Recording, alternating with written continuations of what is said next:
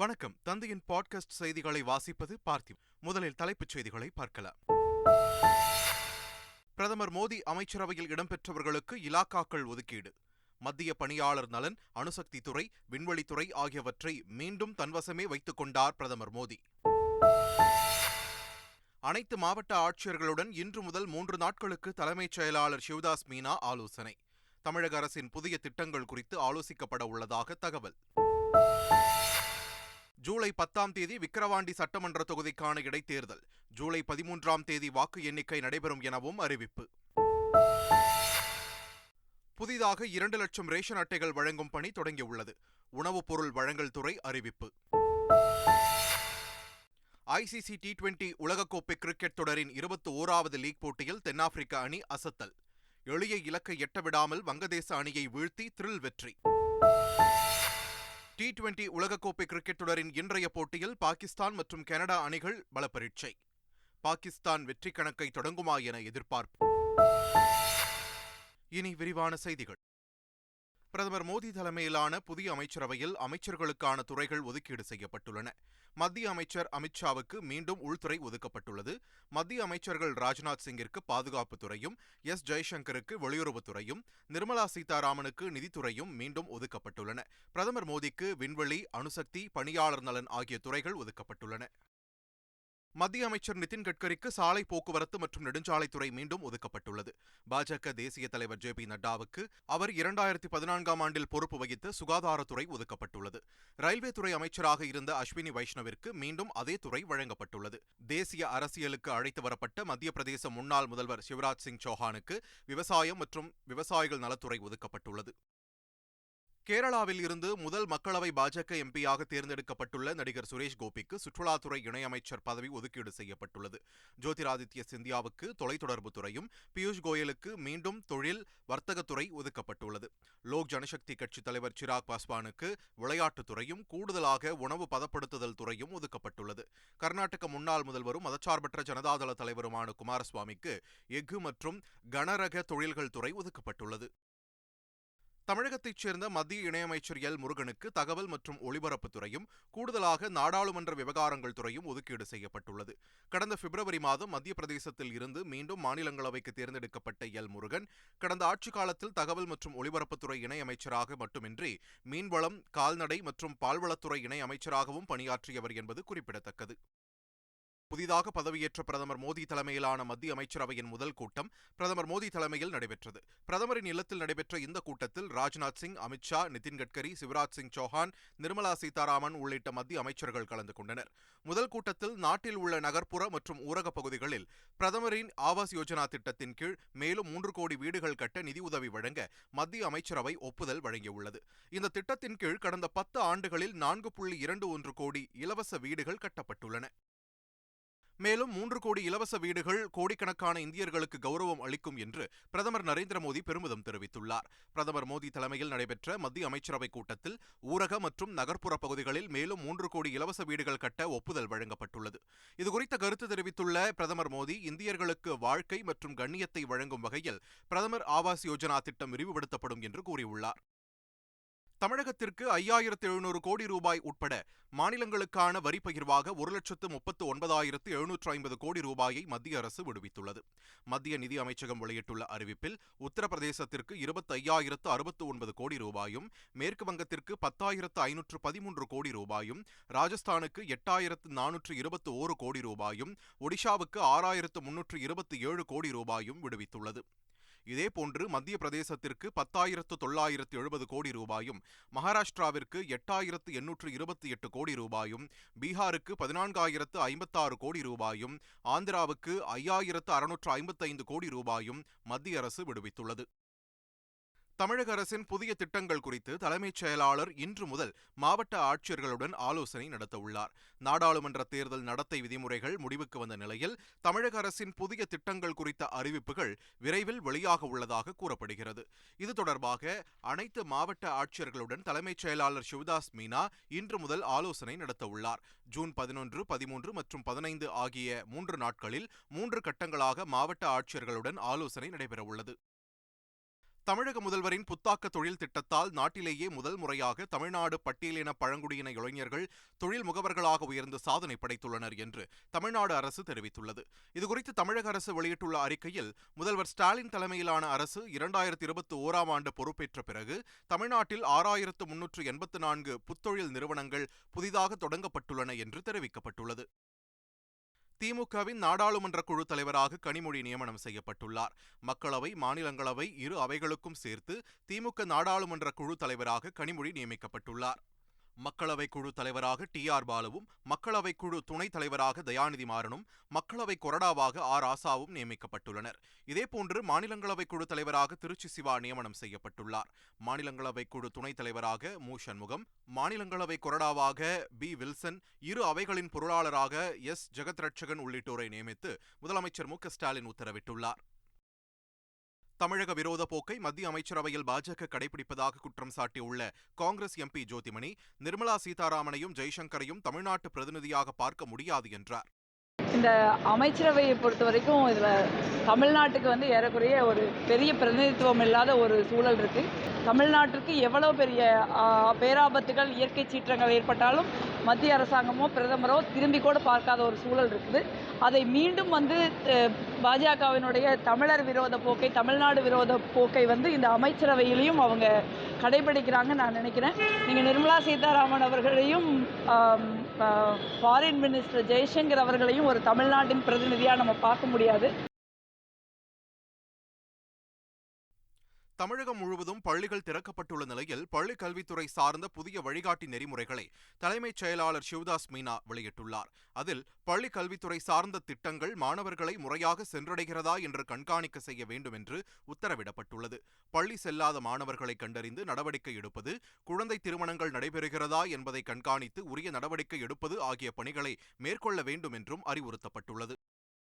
தமிழகத்தில் சுமார் 2 லட்சம் பேருக்கு புதிய ரேஷன் அட்டைகள் வழங்கும் பணி தொடங்கியதாக உணவுப் பொருள் வழங்கல் துறை அறிவிப்பு வெளியிட்டுள்ளது.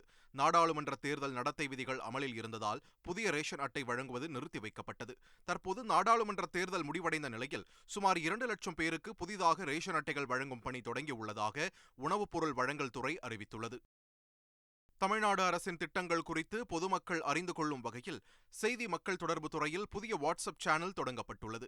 அரசு திட்டங்கள் குறித்து பொதுமக்கள் அறிந்து கொள்ளும் வகையில் தமிழ்நாடு அரசு செய்தி மற்றும் மக்கள் தொடர்பு துறை சார்பில் ஃபேஸ்புக், இன்ஸ்டாகிராம், ட்விட்டர் மற்றும் யூடியூப் போன்றவற்றில் பக்கங்கள் தொடங்கி சிறப்பாக நடத்தப்பட்டு வருகிறது. மேலும் இதன் அடுத்த கட்ட முன்னெடுப்பாக அதிகாரப்பூர்வ கட்செவி, அதாவது WhatsApp channel TNDIPR government of Tamil Nadu என்ற பெயரில் தொடங்கப்பட்டுள்ளது. விக்கிரவாண்டி தொகுதிக்கான இடைத்தேர்தல் வரும் ஜூலை 10ஆம் தேதி நடைபெறும் என்று இந்திய தேர்தல் ஆணையம் அறிவித்துள்ளது. விக்கிரவாண்டி தொகுதி திமுக சட்டமன்ற உறுப்பினராக இருந்த புகழேந்தி உடல்நலக்குறைவால் கடந்த ஏப்ரல் மாதம் காலமானார். இதனையடுத்து விக்கிரவாண்டி தொகுதி காலியானதாக தேர்தல் ஆணையம் அறிவித்தது. இந்நிலையில் விக்கிரவாண்டி தொகுதிக்கான இடைத்தேர்தல் ஜூலை 10ஆம் தேதி நடைபெறும் என்று இந்திய தேர்தல் ஆணையம் அறிவித்துள்ளது. திருச்சி சர்வதேச விமான நிலையத்தில் புதிய முனையம் இன்று முதல் பயன்பாட்டிற்கு வந்தது. திருச்சி சர்வதேச விமான நிலையத்தின் புதிய முனையத்தை பிரதமர் நரேந்திர மோடி கடந்த ஜனவரி 2ஆம் தேதி திறந்து வைத்தார். அந்த புதிய முனையத்தில் இருந்து இன்று காலை 6 மணி முதல் அனைத்து விமானங்களும் இயக்கப்படுகிறது. 1 மணி நேரத்தில் 3480 பயணிகளை கையாளும் வகையில் புதிய முனையம் அமைக்கப்பட்டுள்ளது. காலி மதுபான பாட்டில்களை திரும்பப் பெறும் திட்டம் விரைவில் அனைத்து பகுதிகளிலும் நடைமுறைப்படுத்தப்படும் என்று அமைச்சர் முத்துசாமி தெரிவித்துள்ளார். இப்போ பரிச்சார்த்தமாக சில மாவட்டங்களில் மட்டும் செய்யுது. ஆனால் எல்லா இடத்துலையும் பண்ணுங்கிறது தான் காரணம். விவசாயிகள் பாதிக்கப்படுறாங்க, ரோட்டில் போட்டுடுறாங்க. இதெல்லாம் தவிர்ப்பதற்கான நடவடிக்கை எடுக்க வேணும் ஏற்பாடு செஞ்சுருக்கோம். இந்த 2-3 இதில் அதை கொஞ்சம் நடைமுறை பண்ணிவிட்டு அதுக்கு பின்னாடி பண்ணுறதுக்கான ஏற்பாடு. கோவையில் முப்பெரும் விழா ஜூன் 14ஆம் தேதிக்கு பதிலாக 15ஆம் தேதி நடைபெறும் என்று அறிவிக்கப்பட்டுள்ளது. இதுகுறித்து திமுக பொதுச் செயலாளர் துரைமுருகன் வெளியிட்டுள்ள அறிக்கையில், கலைஞர் நூற்றாண்டு நிறைவு விழா, 40 நாடாளுமன்ற தொகுதிகளிலும் வெற்றியளித்த தமிழ்நாட்டு மக்களுக்கு நன்றி தெரிவிக்கும் விழா கோவை கொடிசியா மைதானத்தில் நடைபெறவுள்ளதாக தெரிவிக்கப்பட்டுள்ளது. விழாவில் கூட்டணி கட்சித் தலைவர்கள், வெற்றி பெற்ற 40 எம்பிக்கள் உள்ளிட்டோரும் கலந்து கொள்ள இருப்பதாகவும் தெரிவிக்கப்பட்டுள்ளது. தமிழகத்தில் உள்ள தொன்மையான 211 திருக்கோவில்களில் திருப்பணிகள் தொடங்க மாநில வல்லுநர் குழு ஒப்புதல் வழங்கியுள்ளது. கும்பகோணம், மயிலாடுதுறை, கடலூர் உள்ளிட்ட இடங்களில் உள்ள தொன்மையான 211 திருக்கோவில்களில் திருப்பணி மேற்கொள்ள நேற்று நடைபெற்ற மாநில அளவிலான வல்லுநர் குழு கூட்டத்தில் ஒப்புதல் வழங்கப்பட்டது. இதன் மூலம் கடந்த 3 ஆண்டுகளில் 8848 கோவில்களுக்கு திருப்பணிகள் மேற்கொள்ள ஒப்புதல் வழங்கப்பட்டுள்ளது. தென் தமிழகத்தில் முதல் முறையாக சிக்கலான இதய இரத்தக் குழாய் அறுவை சிகிச்சையை வெற்றிகரமாக முடித்து மதுரை அரசு ராஜாஜி மருத்துவமனை சாதனை படைத்துள்ளது. மதுரை மாவட்டம் பேரையூர் மல்லபுரத்தைச் சேர்ந்த 63 வயது முதியவர் சேகருக்கு இருதய பாதிப்பு, மகாதமணி வீக்கம் உள்ளிட்ட பாதிப்பும் கண்டறியப்பட்டது.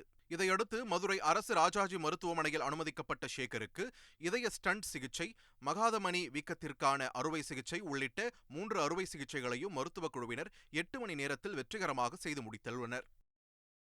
தூத்துக்குடியில் நீட் தேர்வு வினாத்தாள் மாற்றி வழங்கப்பட்டதால் தாங்கள் பாதிக்கப்பட்டதாக குற்றம் சாட்டிய மாணவர்கள் தங்களுக்கு தனி கட் ஆஃப் மற்றும் கவுன்சிலிங் வைக்க கோரி மாவட்ட ஆட்சியர் அலுவலகத்தை முற்றுகையிட்டனர். தூத்துக்குடியில் உள்ள 2 மையங்களில் தேர்வு எழுதிய மாணவர்களுக்கு வேறு வினாத்தாள் வழங்கப்பட்டது குறித்து அரசுக்கு தெரியப்படுத்தப்பட்டது. இந்நிலையில் வினாத்தாள் மாற்றி வழங்கப்பட்டதால் தாங்கள் பாதிப்பிற்கு உள்ளானதாக மாணவர்கள் தெரிவித்துள்ளனர். நாமக்கல் மண்டல தேசிய முட்டை ஒருங்கிணைப்பு குழு முட்டை விலையை ₹4.80 இருந்து ₹5.40 60 பைசா உயர்த்தியுள்ளது. இந்த விலை உயர்வு செவ்வாய்க்கிழமை காலை முதல் அமலுக்கு வருகிறது.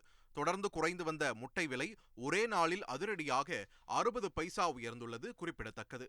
வரும் 17ஆம் தேதி பக்ரீத் பண்டிகை வரவுள்ளதாலும் பள்ளிகள் திறக்கப்பட்டு சத்துணவு திட்டத்திற்கு முட்டைகள் அனுப்பப்படுவதாலும் விலை உயர்ந்துள்ளதாக கூறப்படுகிறது. தமிழகத்தில் பாஜக வளர வன்முறையை தூண்ட வேண்டும் என்று இந்து மக்கள் கட்சியின் மாநில துணைத் தலைவர் பேசிய செல்போன் ஆடியோ பரபரப்பை ஏற்படுத்தியுள்ளது.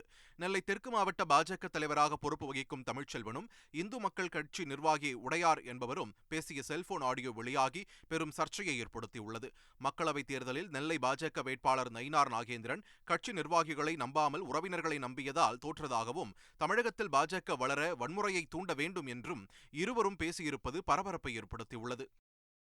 சிக்கிம் முதல்வராக பிரேம்சிங் தமாங் மீண்டும் பதவியேற்றார். சிக்கிம் சட்டமன்ற தேர்தலில் மொத்தம் உள்ள 32 தொகுதிகளில் 31 தொகுதிகளை கைப்பற்றி தனி பெரும்பான்மையுடன் மீண்டும் ஆட்சியை கைப்பற்றியுள்ளது ஆளும் சிக்கிம் கிராந்திகாரி கட்சி. இதையடுத்து சிக்கிம் மாநிலத்தின் முதல்வராக பிரேம்சிங் தமாங் மீண்டும் பதவியேற்றுக் கொண்டார். தலைநகர் கேங்டாக்கில் உள்ள பால்ஜோர் மைதானத்தில் நடைபெற்ற பதவியேற்பு விழாவில் ஆளுநர் லக்ஷ்மண் ஆச்சாரியா பதவி பிரமாணம் செய்து வைத்தார். ஒடிஷாவில் நாளை புதிய அரசு பதவியேற்க உள்ள நிலையில் புதிய முதல்வர் யார் என்பதை பாஜக முடிவு செய்யாததால் இழுபறி நீடித்து வருகிறது. ஒடிஷா மாநில சட்டப்பேரவையில் 78 இடங்களை கைப்பற்றிய பாஜக நாளை மாலை புதிதாக ஆட்சி அமைக்க உள்ளது. பதவியேற்பு நிகழ்ச்சிக்கு ஒரு நாள் மட்டுமே உள்ளதால் மத்திய அமைச்சர்கள் ராஜ்நாத் சிங் மற்றும் பூபேந்திர யாதவ் ஆகியோர் முதல்வரை தேர்ந்தெடுக்கும் பணியில் ஈடுபட்டுள்ளனர். இந்த குழு இன்று பாஜக எம்எல்ஏக்களுடன் ஆலோசனை நடத்தி முதல்வர் யார் என்பதை முடிவு செய்ய உள்ளது. முன்னாள் பாஜக மாநில தலைவர் மன்மோகன் சாமல், KV சிங் டியோ, பழங்குடியின தலைவர் மோகன் மாஜி உள்ளிட்டோர் முன்னிலை பட்டியலில் உள்ளனர். ஆந்திர மாநில முதல்வராக சந்திரபாபு நாயுடு வரும் 12ஆம் தேதி பதவியேற்க உள்ளார். ஆந்திர சட்டமன்ற தேர்தலில் தனி பெரும்பான்மையுடன் தெலுங்கு தேசம் கட்சி வெற்றி பெற்றதை அடுத்து கட்சியின் தலைவர் சந்திரபாபு நாயுடு வரும் புதன்கிழமை காலை 11 மணி அளவில் முதல்வராக பொறுப்பேற்றுக் கொள்ள இருக்கிறார். விஜயவாடா அருகில் இருக்கும் கண்ணவரம் விமான நிலையம் அருகே உள்ள மைதானத்தில் பதவியேற்பு விழாவிற்கான ஏற்பாடுகள் செய்யப்பட்டு வருகின்றன. பிரபாஸ், அமிதாப் பச்சன், கமல்ஹாசன், தீபிகா படுகோன் உள்ளிட்ட நட்சத்திர பட்டாளங்கள் நடித்துள்ள கல்கி 2898 படத்தின் ட்ரெய்லரை படக்குழு வெளியிட்டுள்ளது. சுமார் 600 கோடி ரூபாய் செலவில் சயின்ஸ் பிக்ஷன் வகையில் உருவாக்கப்பட்டுள்ள இந்த படத்திற்கு சந்தோஷ் நாராயணன் இசையமைத்துள்ளார். வில்லனாக நடிக்கும் கமல்ஹாசனின் தோற்றம் ட்ரெய்லரில் வெளியாகி ரசிகர்களை வியப்பில் ஆழ்த்தியுள்ளது. நாக் அஸ்வின் இயக்கியுள்ள இந்த திரைப்படம் ஜூன் 27ஆம் தேதி திரையரங்குகளில் வெளியாக உள்ளது. மீண்டும் தலைப்புச் செய்திகள். பிரதமர் மோடி அமைச்சரவையில் இடம்பெற்றவர்களுக்கு இலாக்காக்கள் ஒதுக்கீடு. மத்திய பணியாளர் நலன், அணுசக்தி துறை, விண்வெளித்துறை ஆகியவற்றை மீண்டும் தன்வசமே வைத்துக் கொண்டார் பிரதமர் மோடி. அனைத்து மாவட்ட ஆட்சியர்களுடன் இன்று முதல் 3 நாட்களுக்கு தலைமைச் செயலாளர் சிவதாஸ் மீனா ஆலோசனை. தமிழக அரசின் புதிய திட்டங்கள் குறித்து ஆலோசிக்கப்பட உள்ளதாக தகவல். ஜூலை 10ஆம் தேதி விக்கிரவாண்டி சட்டமன்ற தொகுதிக்கான இடைத்தேர்தல். ஜூலை 13ஆம் தேதி வாக்கு எண்ணிக்கை நடைபெறும் எனவும் அறிவிப்பு. புதிதாக 2 லட்சம் ரேஷன் அட்டைகள் வழங்கும் பணி தொடங்கியுள்ளது. உணவுப் பொருள் வழங்கல் துறை அறிவிப்பு.